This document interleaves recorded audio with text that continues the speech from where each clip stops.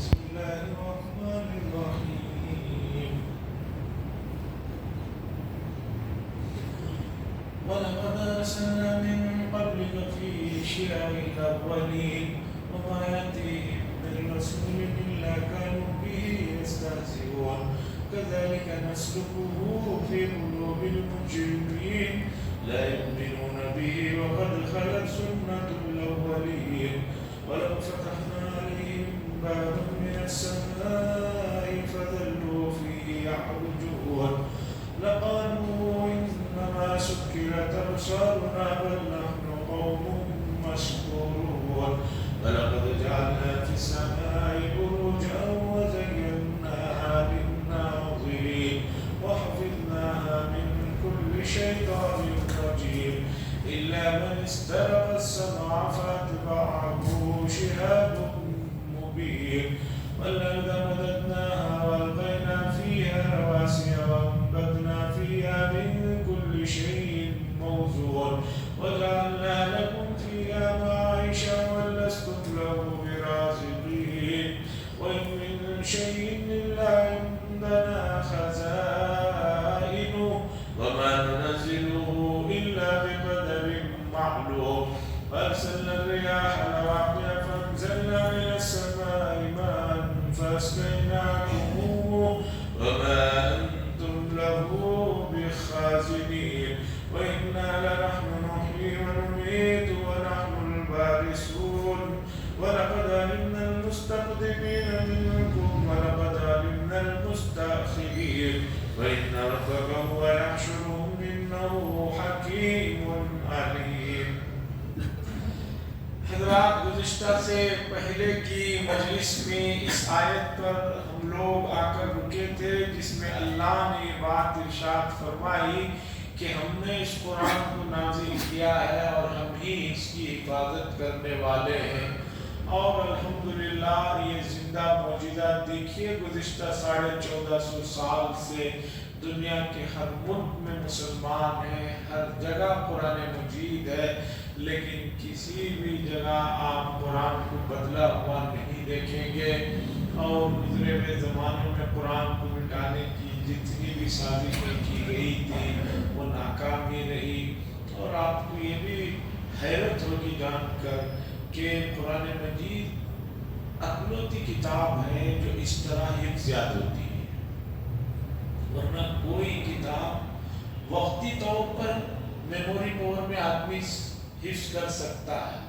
تھوڑے سے عرصے کے بعد بھول جاتا ہے لیکن قرآن مجید کے جو حفاظ ہیں عجیب و غریب طریقہ ہے کہ سیدھا پڑھنے والے بھی ہیں بلکہ آپ کو ایسے بھی حافظ ملیں گے کہ الٹا بھی پڑھتے ہیں الٹا کیسا مثلا الحمدللہ رب العالمین آگے کی آیت ہر آدمی پڑھتا ہے الرحمن الرحیم ایسے بھی حافظ ہیں کہ الرحمن الرحیم پڑھے تو اس سے پہلے کی جو آیت ہے الحمدللہ رب العالمین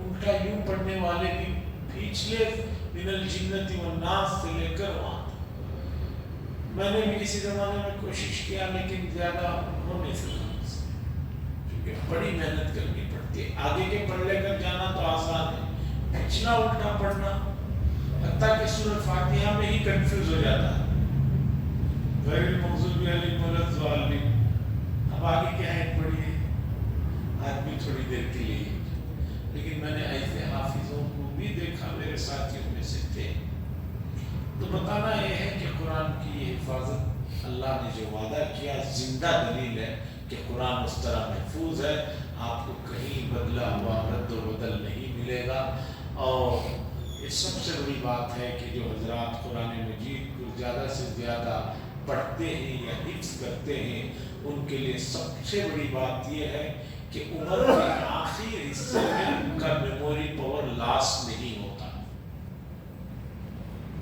ورنہ 70-75 کے بعد آدمی کا میموری پاور لاس ہو جاتا ہے آخر میں بچے بڑے پریشان ہو جاتے ہیں دادا سے ماں باپ سے کہ بھئی کیا بولو یاد نہیں رہتا لیکن جو قرآن کو حفظ کرتے یا پڑھنے کا جو معمول جن کے یہاں ہے ان کا میموری پاور آخر وقت میں بھی نہیں جاتا اس کی دلیل دنیا بھر کے بڑے بڑے محدثین اور مفسرین گزرے ہیں کہ آخر عمر میں بھی ہم نے ان کے میموری پاور کو دیکھا لازمی۔ ایک واقعہ سنا کر آگے چلتا ہوں۔ ایک بڑے مفتی گزرے ہیں، حضرت مولانا مفتی محمود الحسن صاحب گنگوئی، اس نام کے بہت لوگ گزرے ہیں۔ یہ 92 میں ان کا انتقال ہوا تھا، ساؤتھ افریقہ میں جونسبرگ میں ان کی تدفین ہوئی تھی، وہاں گئے تھے، وہاں انتقال ہوا۔ مفتی محمود الحسن صاحب یہ اتنے بڑے مفتی تھے۔ شیخ الحدیث مولانا زکریا صاحب قدس سرہ، جن کی کتاب فضائل اعمال فجر بعد عصر بعد شام بعد پڑھتے ہیں، وہ کوئی بھی بات ہوتی، یہ مفتی صاحب ان کے شاگرد تھے حضرت کے، اس کے شیخ زکریا صاحب کے شاگرد تھے، ان کے ہی مرید تھے۔ کوئی بھی مسئلہ آتا تو حضرت شیخ فرماتے بھئی ہمارے مفتی صاحب کیا فرماتے ہیں، وہ جو فتویٰ دیں گے آپ اسے مانیں گے۔ اس درجے کے آدمی تھے، 90 سے زیادہ عمر تھی۔ میں نے خود جو اپنی آنکھوں سے واقعہ دیکھا، 1991 کی بات ہے، 91 کی بات ہے، یہ دیوبند میں ایک جگہ چھکا مسجد بول کر ہے، وہاں ان کی مجلس ہوتی تھی۔ تو میرے استاد محترم حضرت مولانا شعیب اللہ صاحب تشریف لائے تھے، تو حضرت نے ایک مسئلہ پوچھا اور کہا کہ حضرت مجھے اس مسئلے کی دلیل چاہیے۔ مسئلہ تو یہ ہے، اس کی دلیل کہاں ملے گی؟ تو مفتی محمود الحسن صاحب نے کہا شامی میں ملے گی۔ تو میرے استاد نے کہا کہ حضرت شامی میں کہاں؟ حضرت نے کہا حضرت مجھے تو نظر نہیں پڑا۔ تو حضرت مفتی محمود الحسن صاحب آنکھیں تو بینائی ختم ہو گئی تھی، تقریباً 90 سال کی عمر تھی۔ تو حضرت مفتی صاحب نے کہا شامی منگاؤ، کتاب منگائی گئی، اور اس کے بعد مفتی صاحب نے کہا فلاں بحث کو کھولو اور سیدھے طرف نیچے کے حصے میں دیکھو، نیچے سے اوپر دیکھو، وہاں ملے گی دلیل۔ اسی وقت مجلس میں کتاب منگائی گئی، میں حاضر ہوئی ہے اس مجلس میں، جو واقعہ ہو رہا ہے میں حاضر ہوں، حضرت بھی تھے میرے، نیچے سے دیکھا گیا تو دلیل۔ اب تو کمپیوٹر آ گیا، بہت ساری چیزیں تلاش کرنے میں آسانی ہو جاتی ہے۔ ان لوگوں کا عمر کے اس حصے میں بھی میموری پاور کا اور بھی اسی طرح محدثین گزرے ہیں جن کو جو ہے آخری وقت میں بھی کبھی کوئی مسئلہ نہیں رہا۔ اس لیے قرآن مجید پڑھنے کا معمول بنا ہے، سمجھ کر پڑھیں یا بے سمجھ کر پڑھیں، لیکن معمول بنا ہے 10 منٹ سے 5 منٹ تو آخری درجہ ہے۔ 10-5 منٹ میں جتنا آپ قرآن پڑھ سکتے ہیں روزانہ پڑھیے، قرآن کھول کر پڑھیے، نہیں تو آخری درجے میں موبائل میں رکھ کر تو کم از کم پڑھ لیجیے۔ اس کے ظاہری باطنی جو فائدے ہیں وہ میں نہ بیان کر سکتا ہوں، نہ کوئی بھی بیان کر سکتا ہے۔ اللہ کا کلام ہے، اس کی کیا کوئی حقیقت آدمی رکھ سکتا ہے؟ اب سنیے، اللہ فرماتے ہیں نبی کریم صلی اللہ علیہ وسلم کو تسلی دے رہے ہیں، مکی صورت ہے، مکے میں جو ہے کفار اور مشرکین کا نہ ماننے کا جو مرض ہے، بیماری ہے، وہ بڑھتی جا رہی تھی۔ تو اللہ نے فرمایا وَلَقَدْ أَرْسَلْنَا مِن قَبْلِكَ فِي شِيَعِ الْأَوَّلِينَ، اور تحقیق کہ ہم نے اس سے پہلے بھی رسولوں کو مختلف گروہوں میں بھیجا ہے۔ نبی صلی اللہ علیہ وسلم ہم نے پہلے بھی رسولوں کو بھیجا ہے۔ وَمَا يَأْتِيهِم مِّن رَّسُولٍ إِلَّا كَانُوا بِهِ يَسْتَهْزِئُونَ، اور کوئی بھی رسول جب بھی وہ اپنے قوم میں آیا تو وہاں کے لوگوں نے ان کا مذاق ہی اڑایا تھا۔ آپ کا ہی مذاق اڑا رہے ہیں تو کوئی نئی بات نہیں ہے، پہلے بھی رسولوں کا مذاق اڑایا گیا ہے۔ اللہ فرماتے ہیں كَذَلِكَ نَسْلُكُهُ فِي قُلُوبِ الْمُجْرِمِينَ، ہم اسی طرح ان مجرموں کے دل میں یہ بات ڈال دیتے ہیں، یہ بات ان کے دلوں میں ڈال دیتے ہیں۔ مفسرین نے اس کی تشریح میں 2 باتیں کہی۔ پہلی بات یہ کہی کہ بھائی اللہ قرآن ان کے دل میں ڈال رہے ہیں، پڑھ رہے ہیں، دیکھ رہے ہیں، لیکن مجرمانہ عمل کی وجہ سے اس پر ایمان نہیں لا رہے۔ دوسری بات اس آیت کے ذیل میں یہ بتائی مفسرین نے کہ بھئی قرآن مجید کو نہ ماننے کی وجہ سے جو اس کا وبال ہے، اس گناہ کی نحوست کی وجہ سے ان کے دلوں میں حق بات نہیں جا رہی ہے۔ ایک آدمی کو حق بات اتر نہیں رہی ہے، مسئلہ ڈینجر ہے۔ یہ مسئلہ بہت سیریس ہے. ایک آدمی کے سامنے آپ حق بات کہیں، اسے وہ سمجھ لے، مان لے اور کہیں کہ ہاں بھائی میں نے سن لیا، سمجھ لیا، میرے سے غلطی ہوئی، یہ بہت بڑی بات ہے. اور ایک آدمی حق بات کو اللہ رسول کی سننے کے بعد بھی اسے نہ مانے یا انکار کرے، سمجھیے کہ یہ خطرے کی بات ہے.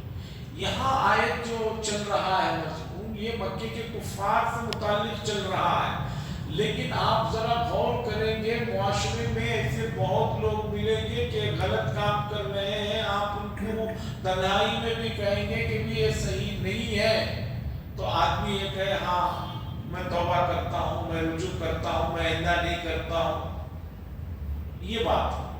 لیکن وہ اسی پر اڑے رہنے، میں ایسا ہی کروں گا، میں ایسا ہی کرتا رہوں گا، میں اسے نہیں مانتا، یہ اور بڑے وبال کی بات ہے، اور یہ جو ہے گناہ کو کھینچ کر لائیں. لا یؤمنون بہ وقد خلت سنت الاولین، یہ لوگ ایمان لانے والے نہیں ہیں، اور یہ لوگ جو ہے اسی طریقے پر چل رہے ہیں جو اس سے پہلے لوگ چلے تھے. وہ بھی ایمان نہیں لائے، یہ بھی اسی طریقے پر چل رہے ہیں. اللہ فرماتے ہیں یہ جو بار بار معجزات کی فرمائش کر رہے ہیں، وہ معجزہ لاؤ، یہ معجزہ لاؤ، وہ معجزہ لاؤ. اللہ فرما رہے وَلَوْ فَتَحْنَا عَلَيْهِمْ بَابًا مِّنَ السَّمَاءِ، اور اگر ہم ان کے لیے آسمان میں دروازے کھول دیں، اور دن فَظَلُّوا فِيهِ يَعْرُجُونَ، اور دن کی روشنی میں یہ اوپر چڑھ کر بھی چلے جائیں آسمان میں، تب بھی کیا کہیں گے؟ لَقَالُوا، تب بھی یہ کہیں گے إِنَّمَا سُكِّرَتْ أَبْصَارُنَا، بھئی ہماری آنکھوں پر کچھ نشہ سا ہو گیا ہے، یا ہمیں جو ہے ہمیں جادو کے اثر میں لا لیا گیا ہے، جادو کی وجہ سے ایسا دکھ رہا ہے. یعنی اتنا بڑا معجزہ بھی دو تو یہ آخر میں یہی کہیں گے بھئی ہمارے اوپر جادو کر دیا گیا ہے، جادو کا اثر ہے جس کی وجہ سے ہمیں ایسا ایسا ہو رہا ہے. اللہ فرماتے ہیں وَلَقَدْ جَعَلْنَا فِي السَّمَاءِ بُرُوجًا، تحقیق کہ ہم نے بنایا آسمان میں بروج کو.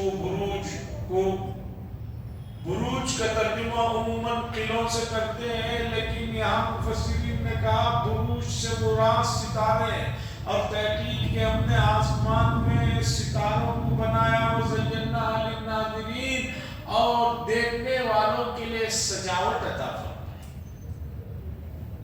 آسمان میں جو ستارے چمکتے ہیں وہ دیکھنے والوں کے لیے اس میں ایک لطف رہتا ہے، ایک سجاوٹ رہتی ہے.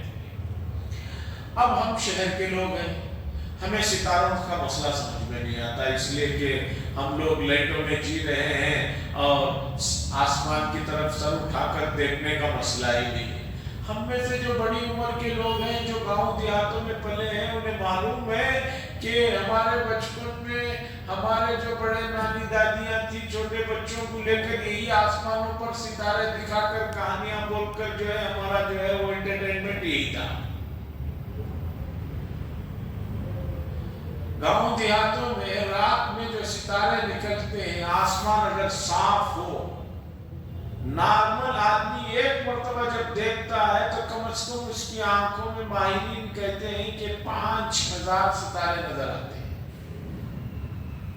اور معمولی دوربین سے دیکھا جائے تو کم از کم 20 لاکھ کے قریب ستارے نظر آتے ہیں. اور دنیا کا سب سے بڑا دوربین کیلیفورنیا میں ماؤنٹ پلومر نام کا، اس میں اگر کوئی دیکھے تو اربوں ستارے نظر آتے ہیں. اس کے باوجود وہ لوگ کہتے ہیں کہ یہ ٹوٹل ستارے ہم نے نہیں دیکھ لیے. کیا اللہ کا نظام ہے، جو نیچرل لائف ہے انسانوں کے لیے جو بنائی گئی ہے، اس کا ادراک انسان نہیں کر پا رہے ہیں. اربوں ستارے. مفتی سعید صاحب نے لکھا ہے کیلیفورنیا میں وہ جو یہ ہے، انہوں نے تفسیر میں لکھا کہ اس میں دیکھو تو اتنے نظر آتے. میں نے بیٹھ کر ریسرچ کیا، جب ایک مفتی صاحب نے لکھا ہے تازہ ریسرچ کر کے دیکھے تو پتہ چلا ہاں کیلیفورنیا میں امریکہ کی اسٹیٹ میں وہ ہے، وہاں جا کر لوگ دیکھتے ہیں وہ دوربین سے، تو جو ستارے نظر آتے ہیں اس کی کوئی حد و انتہا نہیں. تو اللہ فرما رہے ہیں اور ہم نے دیکھنے والوں کے لیے اس میں جو ہے سجاوٹ عطا کی. وَحَفِظْنَاهَا مِن كُلِّ شَيْطَانٍ رَجِيمٍ، اور ہم نے حفاظت فرمایا ہر مردود شیطان سے، ہر مردود شیطان سے آسمان کی اور اوپر کی ان چیزوں کی ہم نے حفاظت فرمائی. الا من استرق، مگر یہ کہ کوئی چوری چھپے سن لے تو اس کو شہاب مبین جو ہے اسے جو ہے اس کا تعاقب کرتے ہیں اور ان کو جلا کر راہ کرتے ہیں. یہ بات آگے چل کر کہیں سورہ جن میں بھی آئے گی، سورہ صافات میں بھی آئے گی، لیکن یہی مسئلے کو سمجھیں. رسول اللہ صلی اللہ علیہ وسلم کی بعثت سے پہلے جنات آسمانوں میں اوپر جاتے ہیں. اوپر جا کر وہاں فرشتے آپس میں جو امور اللہ ان کو دیے ہیں وہ ڈسکس کر رہے ہوتے تھے. یہ لوگ اسے سن لیتے ہیں. وہاں فرشتے ڈسکس کرتے ہیں. مثلا اسرائیل علیہ السلام کی ٹیم بیٹھ کر ڈسکس کر رہی ہے کہ بھئی آج بنگلور میں فلاں محلے میں جانا ہے، 2-4 کا حصہ تمام کرنا ہے. اب یہ سن لیتے ہیں فلاں دن کرنا ہے. اب یہ سن کر آ کر نیچے دنیا میں جو کاہن ہوتے تھے، نجومی قسم کے لوگ، ان کو ایک جو صحیح بات سنی ہوئی ہوتی تھی اس میں 100 جھوٹ باتیں ملا کے ڈال دیتے. اب لوگ کاہنوں کے پاس جاتے ہیں، اب وہ جو باتیں بتاتے ہیں ان میں سے ایک بات صحیح نکل جاتی. اب ایک صحیح نکل گئی، باقی 99 جو جھوٹ نکلے لوگ اسے نہیں دیکھتے. وہ جو ایک صحیح نکلی ہے، ارے نہیں بھی بہت پہنچے ہوئے ہیں، انہوں بولے تھے پرسوں ان کا انتقال ہوتا، ویسا چھو گیا. یہ چلتا قصہ چل رہا تھا. رسول اللہ صلی اللہ علیہ وسلم کی بعثت کے بعد اللہ تعالیٰ نے ان جنات کو اوپر جانے کا جو ان کا پاور تھا اسے روک دیا اور یہ کر دیا کہ یہ لوگ اوپر جا کر کبھی کچھ سننے کی کوشش کرے تو ایک انگارہ ان کو مارا جاتا ہے، جس کی وجہ سے جو ہے ختم ہو جاتے ہیں. بہت سارے لوگ یہ بھی مانتے ہیں کہ یہ جو کبھی کبھی ہم بولتے ہیں ستارہ ٹوٹا ستارہ ٹوٹا، یہ ضروری نہیں کہ یہ وہی شیطان کو مارا ہوا سحاب ثاقب ہو. اس لیے کہ بعض مرتبہ ہوا کی رگڑ سے اوپر آسمانوں میں 2 پتھروں کے ٹکرانے سے بھی وہ آگ نکلتی ہے. یہی ہے، یہ کوئی یقینی، یہ بھی ہو سکتا ہے کہ وہ ہوا کے ٹکراؤ سے ہوتا ہے. اور دوسرا، ابھی بھی یہ جنات ایک کے کھانے پر دوسرے کے تیسرے کھڑے ہو کر جاتے ہیں. وہاں کوئی بات ہوتی ہے کہ بھی فلاں جگہ فلاں آدمی کا ایسا ہونا ہے، وہ جو ڈسکس ہوتا ہے وہ سن لیتے ہیں اور فوراً آ کر یہاں نیچے نجومیوں کے کان میں وہ ڈالتے ہیں. وہ ایک میں 100 ملا کر بتاتے ہیں اور اپنا منہ سیدھا کرتے ہیں اور کفر و شرک کا جو ہے دعوت دیتے رہتے ہیں. اللہ کے نبی صلی اللہ علیہ وسلم نے فرمایا کہ اب شہاب ثاقب ایک ستارہ مارا جاتا ہے جس کی وجہ سے یہ ہلاک ہو جاتے ہیں، زخمی ہو جاتے ہیں، ختم ہو جاتے ہیں. والارض مددنا، اللہ احسانات اور انعامات کو ذکر کر رہے ہیں کہ دیکھو ہم نے تمہارے لیے یہ کیا، تمہارے لیے کیا. والارض مددنا، اور ہم نے زمین کو بچھایا. والقینا فیہا رواسی، اور ہم نے اس میں پہاڑوں کو جما دیا تاکہ جو ہے بیلنس برقرار رہے. ان پہاڑوں کی وجہ سے زمین کا جو بیلنس برقرار ہے وہ بہت بڑی بات ہے. اس میں ہم نے پہاڑوں کو رکھا تاکہ اس کا جماؤ رہے. وَأَنبَتْنَا فِيهَا مِن كُلِّ شَيْءٍ مَوْزُونٍ، اور ہم نے اس میں ہر چیز جو ہے اگائی ایک اندازے سے، ایک مقدار سے. ہر چیز کو اللہ نے اگائی ایک مقدار سے، جتنی ضرورت ہے وہ اگائی ہے. اب اگر کوئی چیز کسی کو کم پڑ رہی ہے تو یہ انسانوں کی حماقت ہے کہ انہوں نے کہیں چیزوں کو ضائع کیا ہے، کہیں اسراف میں برباد کیا ہے، یا کہیں اس سے استفادہ نہیں کر سکے. پہلے دنیا میں آبادی 2-4 کروڑ کی تھی، آبادی بڑھتی جا رہی ہے، لیکن اسی طرح اللہ زراعت کے سلسلے کو بھی آگے کرتے جا رہے ہیں. پہلے سال میں جہاں ایک فصل ہوا کرتی تھی، اب اس زمین میں سال میں 3-4 فصلیں ہو رہی ہیں. اور جو ترقی یافتہ ملک چائنا ہے وہاں تو جو ہے اور زیادہ جو ہے زمین پر اوپر بھی تھوڑا زمین رکھ کر وہاں بھی اگا رہے ہیں، یہاں بھی اگا رہے ہیں. کسی چیز کی کمی نہیں ہے. وَجَعَلْنَا لَكُمْ فِيهَا مَعَائِشَ، اور ہم نے تمہارے لیے اس میں روزی رکھی اور ان لوگوں کے لیے بھی جن کا رزق تمہارے ذمے نہیں ہے. اللہ نے زمین میں